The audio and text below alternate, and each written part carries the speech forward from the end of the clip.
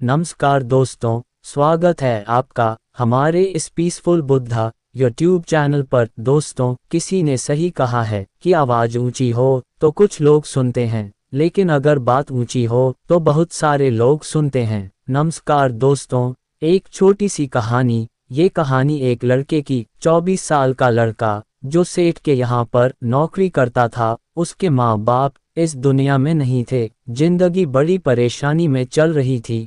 वह जाता था, रोजाना पैसे कमा करके घर आता था, खाना बनाता था, खाता था, सो जाता था। एक दिन उसने देखा कि एक बूढ़ा फकीर अपनी पीठ पर 3 थैले लेकर एक शहर से दूसरे शहर की ओर जा रहा था। वह काफी बूढ़े भी थे और काफी देर से वह यूं ही सफर कर रहे थे, और आखिरकार कुछ दूर और सफर करने के बाद वह चलते चलते थक कर एक पेड़ के नीचे बैठ गए। तभी उनकी नज़र एक नौजवान युवक पर पड़ी जो उसी रास्ते से जा रहा था, और वह भी उसी दिशा में जा रहा था जिस दिशा में उन बूढ़े फकीर को जाना था। तभी वह लड़का उन बूढ़े फकीर के पास से होकर गुजरा। इस पर वह फकीर उस लड़के से कहते हैं, सुनो बेटा, क्या तुम मेरी थोड़ी सी मदद कर सकते हो? ये थैला बहुत भारी है और मैं बूढ़ा हो चुका हूँ। मैं ज़्यादा समय तक इनका बोझ नहीं उठा सकता और मैं बहुत थक भी चुका हूँ। तो क्यों ना तुम मेरे एक थैले को ले लो और मुझे उस दूसरे गांव तक पहुंचा दो। इसके बदले में मैं तुम्हें 3 स्वर्ण मुद्राएं दूंगा। वह लड़का उन फकीर की सारी बातें सुनता है और उन फकीर से कहता है, कोई बात नहीं बाबा, मैं आपकी मदद करने के लिए तैयार हूँ। कहिए आपको कहाँ जाना है? ऐसा कहकर उस लड़के ने उन फकीर का एक थैला उठा लिया और अपने कंधे पर ले लिया। तभी उस जवान लड़के को यह एहसास हुआ कि ये थैला तो सचमुच बहुत भारी है। वह लड़का और फकीर दोनों रास्ते में आगे की ओर बढ़ चले। कुछ दूर आगे चलने के बाद देखते ही देखते वह गांव खत्म होने लगा और अब एक सुनसान रास्ता आगे की ओर जा रहा था। वे दोनों अपने मार्ग में मस्त होकर आगे की ओर बढ़ रहे थे। जब भीड़ से पूरी तरह से अलग हो गए तो वह लड़का उन फकीर से कहता है, बाबा, इस थैले में आखिर ऐसा क्या रखा है जो ये थैला इतनी वजन है? इस पर वह फकीर आदमी उस लड़के को जवाब देते हुए कहते हैं, कुछ नहीं बेटा, बस इसमें तांबे के कुछ सिक्के भरे हुए हैं, इसी कारण ये थैले में बहुत वजन है। उन फकीर की यह बात सुनकर वह लड़का मन ही मन सोचने लगता है, यह बाबा जरूर कोई व्यापारी है, तभी तो इतने सारे तांबे के सिक्के लेकर चल रहे हैं। और फिर तभी उसके मन में एक ख्याल आया कि मुझे क्या करना है, मुझे तो खाली ये थैला दूसरे गांव तक पहुंचाना है, बस इतना ही। जैसे ही उसके मन में ये ख्याल आया, उसने तांबे के सिक्कों का वह ख्याल मन से निकाल दिया और अपनी धुन में मस्त होकर वह आगे की ओर चलने लगा। चलते चलते कुछ और समय बीता और वे दोनों एक नदी के किनारे जा पहुंचे। वह लड़का हट्टा कट्टा था और काफी चुस्त और तंदुरुस्त भी था, इसलिए वह बिना सोचे समझे उस नदी में उतर जाता है। किंतु वह फकीर अब भी किनारे पर ही खड़े थे। इस पर वह लड़का उन फकीर से कहता है, क्या हुआ बाबा, चलिए आइए, हमें यह नदी पार करनी होगी, तभी तो हम उस गांव तक पहुंच पाएंगे। इस पर वह फकीर उस लड़के से कहते हैं, मैं जानता हूं बेटा कि हमें यह नदी पार करनी ही होगी, लेकिन जैसा कि तुम जानते हो मैं अब बूढ़ा हो चुका हूँ और दो थैले लेकर मैं यह नदी पार नहीं कर सकता। कहीं मेरा पाँव फिसल गया तो क्या होगा? क्या तुम मेरी एक और गठरी ले सकते हो? मैं तुम्हें इसके बदले भी 3 स्वर्ण मुद्राएं दूंगा। इस पर वह लड़का मुस्कुराते हुए उन फकीर से कहता है, बाबा, आप मुझे शर्मिंदा कर रहे हैं। यदि आप मुझे स्वर्ण मुद्राएं ना भी दे तो भी मैं आपका कार्य अवश्य करूंगा। मैं आपको उस दूसरे गांव तक जरूर पहुंचाऊंगा। इस पर फकीर मुस्कुराते हुए उस लड़के से कहते हैं, बेटा, तुम तो बड़े ही भले इंसान लगते हो। इतना कहकर उन्होंने वह दूसरी गठरी भी उस लड़के को थमा दी। उस लड़के ने जब वह दूसरी गठरी अपने कंधे पर रखी तो वह गठरी भी उसे बहुत ज्यादा भारी लगी, लेकिन उसने वहां पर कुछ नहीं कहा। जैसे तैसे उन दोनों ने नदी पार की। नदी पार करने के बाद बातों बातों में ही उस लड़के ने उन फकीर से कहा, बाबा आखिर इस दूसरी गठरी में क्या है? ये गठरी भी बहुत वजन है। इस पर वह फकीर उस लड़के को जवाब देते हुए कहते हैं, बेटा इसमें चांदी के सिक्के हैं, इसी कारण ये गठरी में भी बहुत वजन है। उन फकीर की यह सारी बातें सुनकर अब उस लड़के का दिमाग तेजी से काम करने लगा था। वह ये सोच रहा था कि एक थैले में तांबे के सिक्के हैं और दूसरी में चांदी के। ऐसा प्रतीत होता है मानो यह फकीर बाबा कहीं दूर से आ रहे हैं और उन्होंने अपनी सारी जमीन जायदाद बेचकर यह सारे सिक्के इकट्ठे किए हैं, तभी तो वह इतना धन लेकर चल रहे हैं। लेकिन वह लड़का उन फकीर से कुछ नहीं कहता और वे दोनों चुपचाप मार्ग में आगे की ओर बढ़ते चले जाते हैं।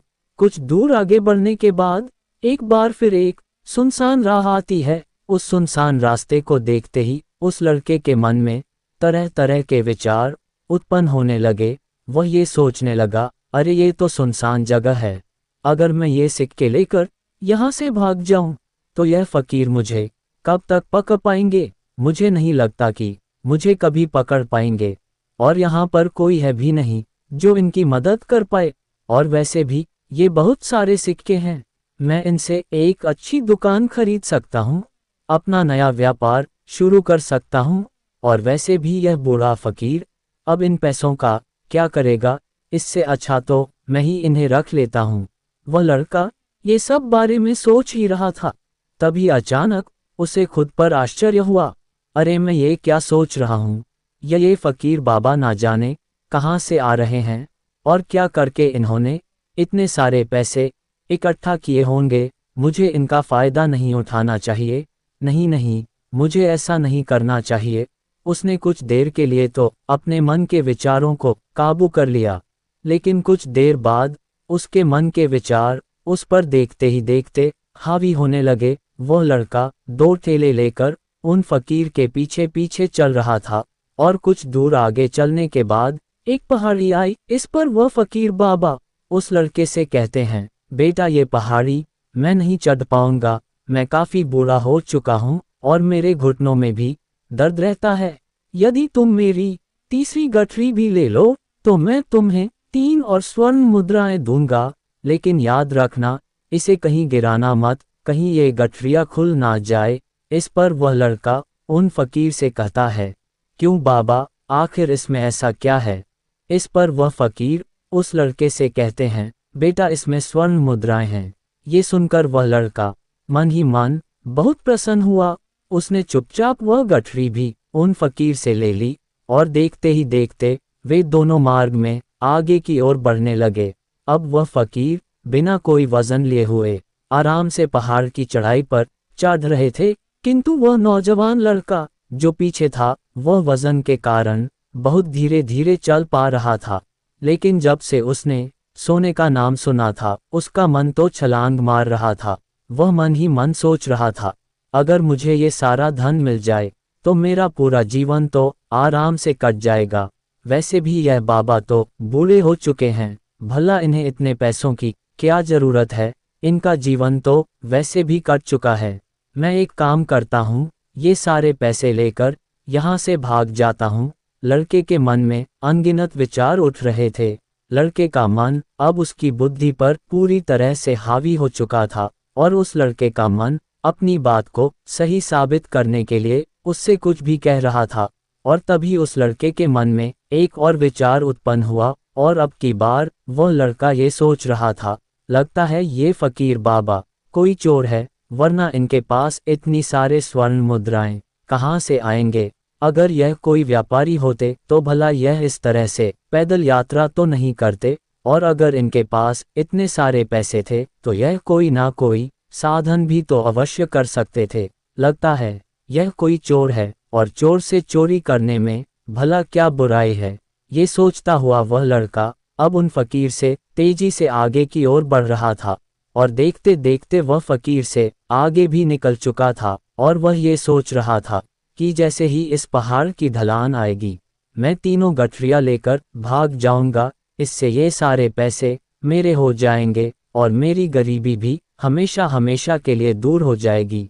मैं जो चाहूँगा मैं वह कर पाऊंगा। मेरे पास बहुत सारा धन होगा। और देखते देखते वह दोनों पहाड़ की चोटी पर पहुंच गए और अब ढलान का रास्ता शुरू होने वाला था।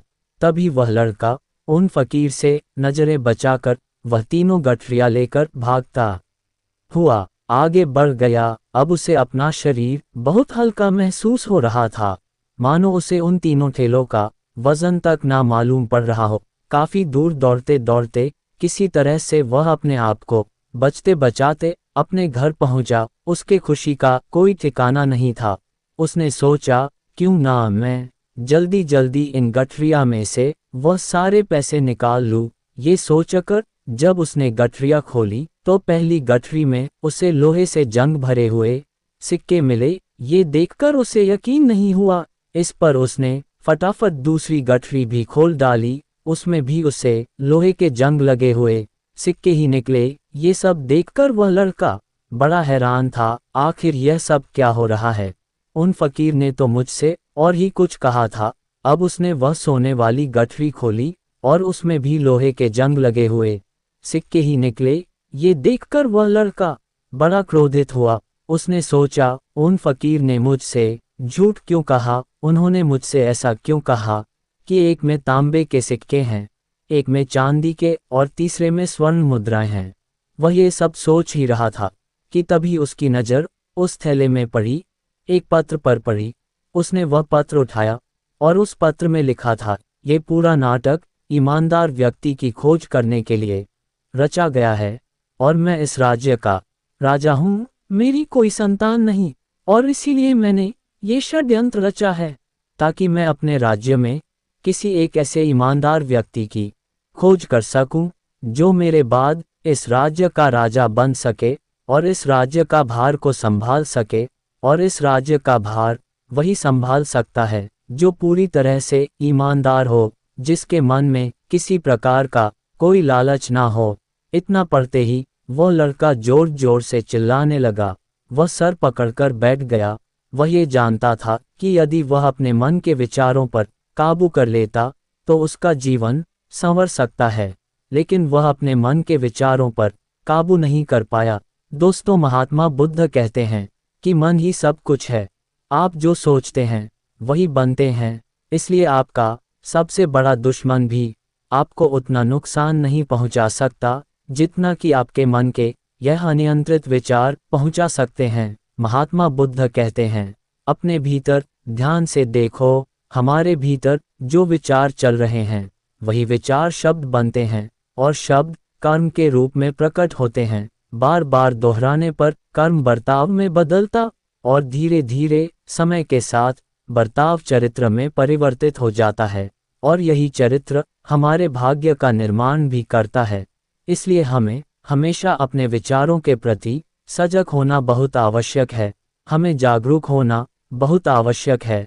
हमें ये जानना जरूरी है कि हमारे मन में किस प्रकार के विचार आ रहे हैं। आगे महात्मा बुद्ध कहते हैं कि कमजोरी हमेशा छोटे विचार से शुरू होती है। यह एक बीज के रूप में होती है और यदि इस बीज को नष्ट ना किया जाए तो ये छोटा सा विचार बहुत जल्द ही एक विशाल वृक्ष का रूप ले लेता है और हमारी बुद्धि की सोचने और समझने की क्षमता को पूरी तरह से नष्ट कर देता है। जिस प्रकार आपने इस कहानी में देखा किस प्रकार उस जवान लड़के का मन उस पर हावी हो चुका था और उसकी सही और गलत सोचने की क्षमता पूरी तरह से नष्ट हो चुकी थी, जिस कारण वह ये समझ नहीं पाया कि उसे क्या करना चाहिए और उसके लालच ने उसके भीतर इतनी ऊर्जा भर दी कि वह तीनों ठेले उठाकर इतनी तेजी से वहां से भागता आगे भी बढ़ गया। इसीलिए जब आपके मन में पहली बार कोई गलत विचार उत्पन्न हो तभी उसे जड़ से उखाड़ देना चाहिए, अन्यथा वह विशाल वृक्ष का रूप लेगा और आपको किसी ना किसी गलत राह पर वह धकेल ही देगा। आप चाहकर भी उसे रोक नहीं पाएंगे। लेकिन अब आपके मन में ये प्रश्न उठ रहा होगा कि हम भला अपने मन के विचारों को कैसे नियंत्रित करें? हमारा मन तो इतना चंचल है, वह इतना शक्तिशाली है कि वह पर हावी हो ही जाता है। हम चाहकर भी उस पर नियंत्रण नहीं कर पाते।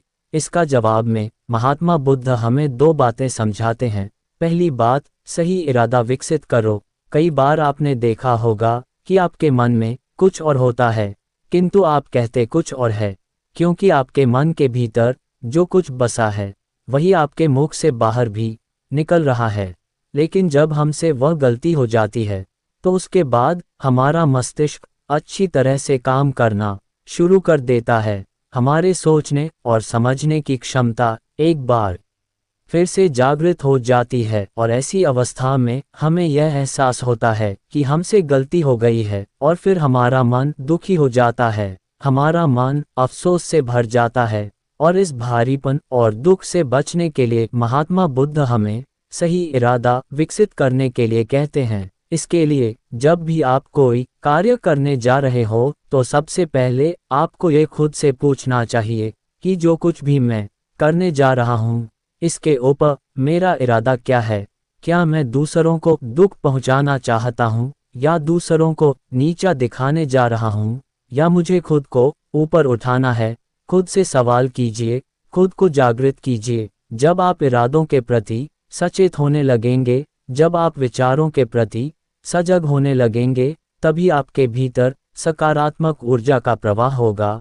तभी आप सकारात्मक इरादों से जुड़ने लगेंगे और आपके मन के भीतर बसी हुई वह नकारात्मक ऊर्जा और नकारात्मक इरादे दिन ब दिन कम होने लगेंगे। परंतु याद रहे, आपको ये हर रोज करना होगा और आपको ये हमेशा ध्यान रखना होगा कि आपको केवल अच्छा सोचना है।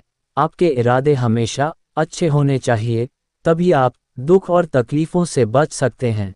अन्यथा आप इसी तरह से दुख और तकलीफों में घिरे ही रहेंगे और आप कभी इससे निकल नहीं पाएंगे। दूसरी बात, मन के प्रति सजगता विकसित करो, जिससे आपका मन देखते देखते शांत होगा और आपके मन के भीतर बसी हुई वह नकारात्मक ऊर्जा, नकारात्मक विचार खत्म होने लगेंगे और आप शांति की ओर आगे बढ़ेंगे। और आपको इसके लिए बस इतना ही करना है कि इस पल में जो कुछ भी हो रहा है, आपकी आंखों के सामने, आपके भीतर जो कुछ भी जैसा भी चल रहा है, बस उसे देखते रहना है।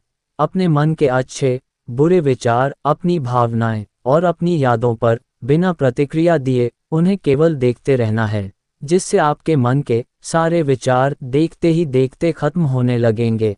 आपका मन खाली होने लगेगा और आप नकारात्मक विचारों से, नकारात्मक सोच से बच सकते हैं और आप इन दुख और तकलीफों से भी दूर रह सकते हैं। इसीलिए महात्मा बुद्ध कहते हैं, जो स्वयं को देखता है वही सबसे बड़ा तपस्वी है। अर्थात जो अपने मन में चल रहे उन विचारों को बिना प्रतिक्रिया दिए हुए केवल देखता है और उन पर कोई भी प्रतिक्रिया नहीं करता, बस उन्हें देखता और समझता है। वास्तविकता में वही मन पर नियंत्रण भी कर सकता है और वही अपना जीवन सुखी और खुशहाली तौर पर जी सकता है। इसलिए यदि आप भी अपने जीवन को सुखी और खुशहाल बनाना चाहते हैं तो आपको सबसे पहले अपने मन पर नियंत्रण साधना ही होगा, अपने मन को खाली करना ही होगा, अपने मन के विचारों के प्रति आपको सजग होना ही होगा। दोस्तों, उम्मीद है कि आपने आज की इस वीडियो से जरूर कुछ ना कुछ सीखा होगा।